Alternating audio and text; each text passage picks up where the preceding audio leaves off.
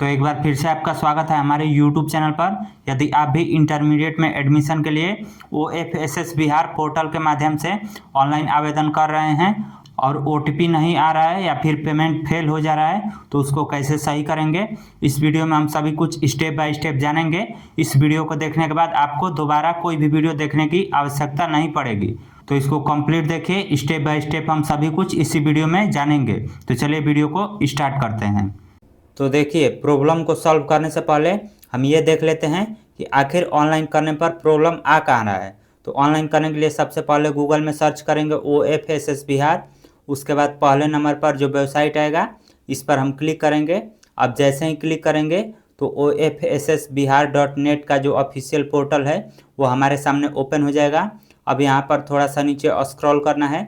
जैसे ही नीचे स्क्रॉल करेंगे तो यहाँ पर कॉमन एप्लीकेशन फॉर्म का लिंक दिखेगा जिस पर क्लिक करना है। क्लिक करेंगे तो कुछ इंस्ट्रक्शन आएगा जिसको पढ़ना है और फिर इस पर टिक करके आवेदन करने हेतु पर क्लिक कर देना है। उसके बाद कॉमन एप्लीकेशन फॉर्म खुल जाएगा सेशन 26 से 28 के लिए। अब यहाँ पर सबसे पहले आपको अपना बोर्ड सेलेक्ट करना है कि किस बोर्ड से पास है। तो हम यहाँ पर बिहार बोर्ड सेलेक्ट कर लेते हैं। उसके बाद यहाँ पर है कि आप किस वर्ष परीक्षा उत्तीर्ण किए हैं, तो यहाँ पर 2026 सेलेक्ट कर लेते हैं। फिर उसके बाद यहाँ पर एनुअल सेलेक्ट कर लेते हैं। उसके बाद यहाँ पर डेट ऑफ बर्थ डालेंगे, जिसका भी हम यहाँ फॉर्म भरेंगे उसका डेट ऑफ बर्थ डालेंगे। उसके बाद यहाँ पर रोल कोड डालेंगे और रोल कोड डालने के बाद रोल नंबर डालेंगे। अब date of birth, roll code और रोल नंबर तीनों डालने के बाद कहीं पर भी खाली जगह पर क्लिक करेंगे तो यहाँ पर आवेदक का नाम, फादर्स नेम और मदर्स नेम तीनों ऑटोमेटिक आ जाएगा। ठीक, उसके बाद यहाँ पर अपना पासपोर्ट साइज फ़ोटो अपलोड करेंगे। जिसके भी नाम से या फॉर्म भरे हैं उसका पासपोर्ट साइज फ़ोटो यहाँ पर अपलोड करना है। उसके बाद यहाँ पर प्राप्तांक आ जाएगा। अब यहाँ पर आपके स्कूल का नाम आ जाएगा कि आप कहाँ पढ़ाई किए हैं। फिर उसके बाद एड्रेस डाल देना है स्कूल का। उसके बाद यहाँ पर डिस्ट्रिक्ट आएगा। फिर उसके बाद यहाँ पर पूछा है कि आपने किस वर्ष उसमें नामांकन लिया था, तो यहाँ पर 2 वर्ष पहले का सिलेक्ट कर लेना है, यानी कि 26 में पास हुए हैं तो 24। उसके बाद यहाँ पर पूछ रहा है कि आपने कस्तूरबा गांधी मध्य विद्यालय से पढ़ाई की है, यदि की है तो यस कीजिए, नहीं तो नो कीजिए। उसके बाद यहाँ से जेंडर सेलेक्ट करके लैंग्वेज, फिर उसके बाद धर्म सेलेक्ट करना है। इसको सेलेक्ट करना अनिवार्य नहीं है, यदि आपको मालूम है तो कर लीजिए, नहीं तो छोड़ दीजिए। उसके बाद यहाँ पर एड्रेस भरना है, तो एड्रेस में सबसे पहले अपना स्टेट सेलेक्ट करना है। उसके बाद डिस्ट्रिक्ट, फिर उसके बाद ब्लॉक सेलेक्ट करने के बाद यहाँ पर अपने गांव का नाम लिखना है। उसके बाद पिन कोड। अब गांव का नाम और पिन कोड डालने के बाद आपको मोबाइल नंबर और ईमेल आईडी डालना है। तो सबसे पहले हम मोबाइल नंबर डाल लेते हैं। अब मोबाइल नंबर डालने के बाद यहाँ पर नीचे ग्रीन टिक कर दिया है और ईमेल आईडी में भी ग्रीन टिक कर दिया है। फिर उसके बाद यहाँ पर आधार कार्ड नंबर डालेंगे। उसके बाद यहाँ पर आपको टिक नहीं करना है। फिर उसके बाद नीचे स्क्रॉल करना है। यहाँ पर आपका कैटेगरी ऑटोमेटिक सिलेक्ट रहेगा। उसके बाद यहाँ पर पूछेगा कि यदि आप डिसेबल्ड हैं तो यस कीजिए, नहीं तो इसी तरह छोड़ दीजिए। उसके बाद यहाँ पर अपने 10 कॉलेज का नाम सेलेक्ट करना है। तो सबसे पहले डिस्ट्रिक्ट सेलेक्ट करना है। फिर उसके बाद कॉलेज का नाम आ जाएगा। तो यहाँ पर लिस्ट में से जितना भी कॉलेज रहेगा उसका नाम आ जाएगा। तो आपको अपने पसंदीदा कॉलेज को सिलेक्ट करना है। जैसे हम यहाँ पर कोई भी एक कॉलेज सिलेक्ट कर ले रहे हैं। कॉलेज सिलेक्ट करने के बाद यहाँ पर स्ट्रीम पूछ रहा है कि आप साइंस लेना चाहते हैं या आर्ट या कॉमर्स। तो हम यहाँ पर आर्ट्स लेना चाहते हैं, तो इसमें जो आर्ट्स का ऑप्शन है वो हम आर्ट्स हम सिलेक्ट करेंगे। ठीक है, यदि आपको साइंस लेना है या कॉमर्स लेना है तो आप अपने अनुसार सेलेक्ट कर लीजिए। तो हमें आर्ट्स लेना है तो हम यहाँ पर आर्ट्स सेलेक्ट करेंगे और फिर उसके बाद ठीक इसके नीचे यस नो का ऑप्शन है तो हम यस पर क्लिक करेंगे और फिर सेकेंड ऑप्शन पर क्लिक कर देंगे। इसी तरह से आपको कम से कम 10 कॉलेज का नाम सेलेक्ट कर लेना है। ठीक है, प्रोसेस सेम रहेगा। तो जैसे कि आप यहाँ पर देख सकते हैं हमने 10 कॉलेज का नाम यहाँ पर सेलेक्ट कर लिया है। अब चलिए आगे का स्टेप देखते हैं कि अब इसके बाद आपको क्या करना है। तो आपको 10 कॉलेज का लिस्ट देखने के बाद थोड़ा सा नीचे स्क्रॉल करना है और फिर जो यस नो का ऑप्शन है इसमें नो को सेलेक्ट करना है और फिर यहाँ पर 2 जगह आपको टिक करना है, एक यहाँ पर और एक यहाँ पर। टिक करने के बाद 350 शुल्क भुगतान करने हेतु पर क्लिक करना है। फिर उसके बाद यहाँ पर आपका मार्क शो करेगा तो आपको ओके पर क्लिक करना है। अब जैसे ही ओके पर क्लिक करेंगे तो यहाँ पर आप देख सकते हैं प्रॉब्लम आ गया, द सर्विस इज अनअवेलेबल। तो यह साइट का प्रॉब्लम है, तो आपको एक बार पेज रिफ्रेश करना है। अब हम यहाँ पर पेज रिफ्रेश करते हैं तो हमारा तो आ गया है। यदि आपका नहीं आता है तो आप 2-4 बार ट्राई कर सकते हैं पेज रिफ्रेश कर करके। ठीक है, तो हमारा डिटेल्स आ गया है। तो हम यहाँ पर थोड़ा सा नीचे स्क्रॉल करते हैं। अब स्क्रॉल करने के बाद यहाँ पर कॉलेज जो हमने 10 सेलेक्ट किया था वो गायब है। तो यहाँ पर आपको टेंशन नहीं लेना है, आपको सिंपली कन्फर्म पर क्लिक करना है। हमने सेलेक्ट किया है तो वो ऑटोमेटिक आ जाएगा आगे के प्रोसेस में।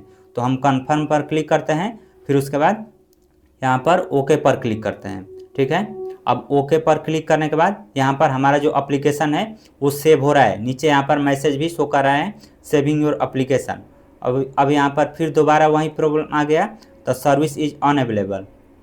लेकिन यहाँ पर जो URL है उसमें आप यहाँ पर देख सकते हैं एप्लीकेशन ID हमको मिल गया है। तो यदि आपको ये नहीं मिलता है तो आप बार बार पेज को रिफ्रेश करते रहिए, तो उसके बाद आपको ये एप्लीकेशन ID मिल जाएगा। तो अब आपको दोबारा OFSS बिहार सर्च करना है, फिर उसके बाद वेबसाइट पर आ जाना है। अब वेबसाइट पर आने के बाद यहाँ पर अब आपको नीचे स्क्रॉल नहीं करना है, यानी कि पहले हमने बताया था कि वेबसाइट खोलने के बाद आपको नीचे स्क्रॉल करके कॉमन एप्लीकेशन फॉर्म पर क्लिक करना है, लेकिन अब की बार आपको स्टूडेंट लॉगिन पर क्लिक करना है। अब स्टूडेंट लॉगिन पर क्लिक करने के बाद इस प्रकार का पेज खुला है। तो यहाँ पर आपको फॉरगेट पासवर्ड पर क्लिक करना है, फिर उसके बाद आपने जिस नंबर से फॉर्म भरा था वो मोबाइल नंबर यहाँ पर डालना है और फिर जनरेट OTP पर क्लिक करना है। तो सबसे पहले हम उस मोबाइल नंबर को डालकर यहाँ पर रीसेट करते हैं और देखते हैं कि रीसेट हो रहा है या नहीं। तो हमने मोबाइल नंबर डाल लिया है, जिस नंबर से हमने फॉर्म भरा है वही नंबर डाला है और जनरेट OTP पर क्लिक करते हैं। तो यहाँ पर मैसेज शो कर रहा है कि मोबाइल नंबर गलत है, जबकि हमने फॉर्म भरते वक्त यही नंबर डाला है।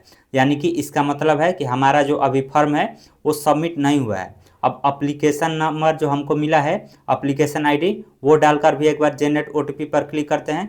तो यहाँ पर शो कर रहा है कि आपने आवेदन संख्या गलत भरी है। तो इसका मतलब है कि हमारा जो एप्लीकेशन है वो अभी सबमिट नहीं हुआ है। तो इसलिए हम दोबारा उस पेज पर आएंगे और फिर उसको रिफ्रेश करेंगे। यहाँ पर रिफ्रेश करने पर URL चेंज हो गया है, आप ऊपर ध्यान से देख सकते हैं। और फिर उसके बाद ये ऑटोमेटिक आगे का जो प्रोसेस है उस पर आ गया है, यानी कि हमारा जो OTP वाला ऑप्शन है वो ओपन हो गया है।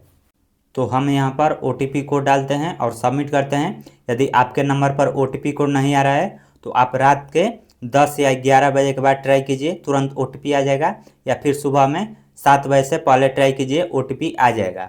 तो हमारे नंबर पर OTP आ गया है, तो हम डालकर सबमिट करते हैं। अब सबमिट करते ही हमारे सामने पेमेंट वाला पेज खुल गया है, जहाँ पर हमारा नाम और एप्लीकेशन रेफरेंस नंबर आ गया है। फिर उसके बाद 350 रुपये का पेमेंट करने का आया है। तो यहाँ पर हम सब पैसा वाला ऑप्शन सेलेक्ट करेंगे और फिर प्रोसीड फॉर पेमेंट पर क्लिक करेंगे। अब क्लिक करते हैं, इस प्रकार का पेज आ गया है जहाँ पर 350 रुपये दिखा रहा है, लेकिन हम जैसे ही UPI या QR कोड सेलेक्ट करेंगे तो 11 रुपये बढ़ जाएगा यहाँ पर। तो यहाँ पर आप देख सकते हैं 361 रुपये हो गया है। तो हमें 361 रुपये का पेमेंट करना होगा। तो हम यहाँ पर जनरेट QR कोड पर क्लिक करके QR कोड जनरेट करते हैं और फिर पे फोन से स्कैन करके पेमेंट कर लेते हैं। अब पेमेंट करने के बाद यहाँ पर फिर आप देख सकते हैं वही प्रॉब्लम आ गया है 404 एरर। तो इससे आपको घबराना नहीं है। अब आपको यहाँ पर पासवर्ड रीसेट करके लॉगिन करना होगा, क्योंकि आपका पैसा कट गया है और फेल का मैसेज आ गया है। तो आपको दोबारा गूगल में सर्च करना है OFSS बिहार, उसके बाद वेबसाइट पर आना है और यहाँ पर फिर आपको स्टूडेंट लॉगिन पर क्लिक करना है। अब क्लिक करने के बाद यहाँ पर पासवर्ड रीसेट करना है। तो पासवर्ड रीसेट करने के लिए फॉरगेट पासवर्ड पर क्लिक करना है। अब क्लिक करने के बाद अब आप दोबारा जो नंबर है वो डालेंगे और जनरेट OTP पर क्लिक करेंगे। तो आपके नंबर पर अब की बार OTP कोड चला जाएगा, क्योंकि हमारा पेमेंट हो चुका है। यहाँ पर आप देख भी सकते हैं हमारे नंबर पर OTP कोड चला गया है।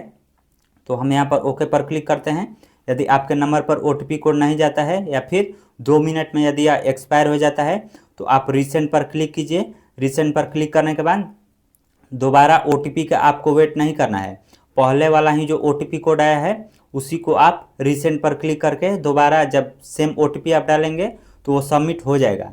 जैसे कि ये OTP हमने डाला है, ठीक है। अब सबमिट पर क्लिक करते हैं तो यहाँ पर क्या लिख रहा है कि OTP एक्सपायर, यानी कि OTP एक्सपायर हो चुका है। तो हम रिसेंड पर क्लिक करते हैं। अब हम रिसेंड पर जैसे ही क्लिक करते हैं तो हमारे नंबर पर दोबारा OTP कोड जाना चाहिए, लेकिन गया नहीं है। दोबारा हमारे नंबर पर OTP कोड नहीं आया है। तो नहीं आया है तो हम सेम OTP यहाँ पर भी डालेंगे। जैसे कि आप देख सकते हैं इस प्रकार का पेज खुला है, यह साइट स्लो है इसलिए इस प्रकार का पेज खुला है। तो हम जो OTP कोड वाला ऑप्शन है यहाँ पर सेम OTP डालेंगे, यानी कि जो पहले आया था और एक्सपायर लिख दिया था, वहीं OTP कोड यहाँ पर भी डालेंगे और फिर सबमिट पर क्लिक करेंगे। अब सबमिट पर क्लिक करते हैं, यहाँ पर पासवर्ड रीसेट करने का ऑप्शन आ गया है, तो हम यहाँ पर पासवर्ड डालेंगे। पासवर्ड में नेम 123456 इस तरह से आप अपना पासवर्ड बना सकते हैं। तो चलिए जल्दी से हम अपना पासवर्ड बना लेते हैं। आप भी अपना नेम और 12345 करके पासवर्ड बना लीजिए। ठीक है, हमने पासवर्ड बना लिया है। अब सबमिट पर क्लिक करते हैं तो हमारा जो पासवर्ड है वो रीसेट हो गया है। अब हम ओके पर क्लिक करते हैं। अब ओके पर क्लिक करने के बाद दोबारा अपना वही मोबाइल नंबर डालेंगे जिससे हमने फॉर्म भरा है और सबमिट किया है, तो वो नंबर डालेंगे और जो पासवर्ड अभी हमने रीसेट किया है वो पासवर्ड और कैप्चा कोड डालकर यहाँ पर लॉगिन करेंगे। अब लॉगिन पर क्लिक करते हैं, फिर सर्विस अनअवेलेबल का मैसेज आया है तो फिर इसको रिफ्रेश करेंगे। अब जैसे ही हम रिफ्रेश करेंगे तो यहाँ पर हमारा जो डैशबोर्ड है वो ओपन हो जाएगा। यदि आपके में नहीं आता है तो आप 3-4 बार रिफ्रेश करते रहिए, आ जाएगा। अब यहाँ पर लॉगिन होने के बाद यहाँ पर देख सकते हैं कि पेमेंट नॉट रिसीव्ड का मैसेज आ गया है, यानी कि हमारा पैसा कट गया है, लेकिन यहाँ पर शो कर रहा है पेमेंट नॉट रिसीव्ड। तो अब आपको साइड में फीस पेमेंट वाला जो ऑप्शन है इस पर क्लिक करना है। क्लिक करने के बाद यहाँ पर सेम लिखेगा पेमेंट नॉट रिसीव्ड। तो आपको क्या करना है, साइड में जो अपडेट स्टेटस का ऑप्शन है इसमें अपडेट पर क्लिक करना है। अब जैसे ही अपडेट पर क्लिक करेंगे तो यहाँ पर तुरंत पेमेंट अपडेट हो जाएगा और पेमेंट रिसीव्ड लिख देगा। तो अब आपका पेमेंट सक्सेस हो गया है, तो सिंपली प्रिंट CAF पर क्लिक करना है। क्लिक करेंगे तो इस प्रकार का कॉमन एप्लीकेशन फॉर्म का रिसिप्ट आ जाएगा। फिर आपको प्रिंट आइकन पर क्लिक करके अपना जो रिसीविंग है उसको प्रिंट कर लेना है या सेव कर लेना है। तो इस तरह आज के इस वीडियो में आपने जाना कि यदि इंटरमीडिएट में एडमिशन के लिए ऑनलाइन आवेदन कर रहे हैं और OTP नहीं आ रहा है या फिर पेमेंट करने के बाद फेल्ड हो जा रहा है या फिर कुछ भी शो नहीं कर रहा है तो उसको कैसे सही करेंगे। तो यदि आपको इससे रिलेटेड कोई क्वेश्चन पूछना है तो कमेंट करके पूछ सकते हैं। वीडियो पसंद आई हो तो इसे शेयर भी ज़रूर करें और ऐसे ही और भी वीडियो देखने के लिए इस चैनल को सब्सक्राइब कीजिए।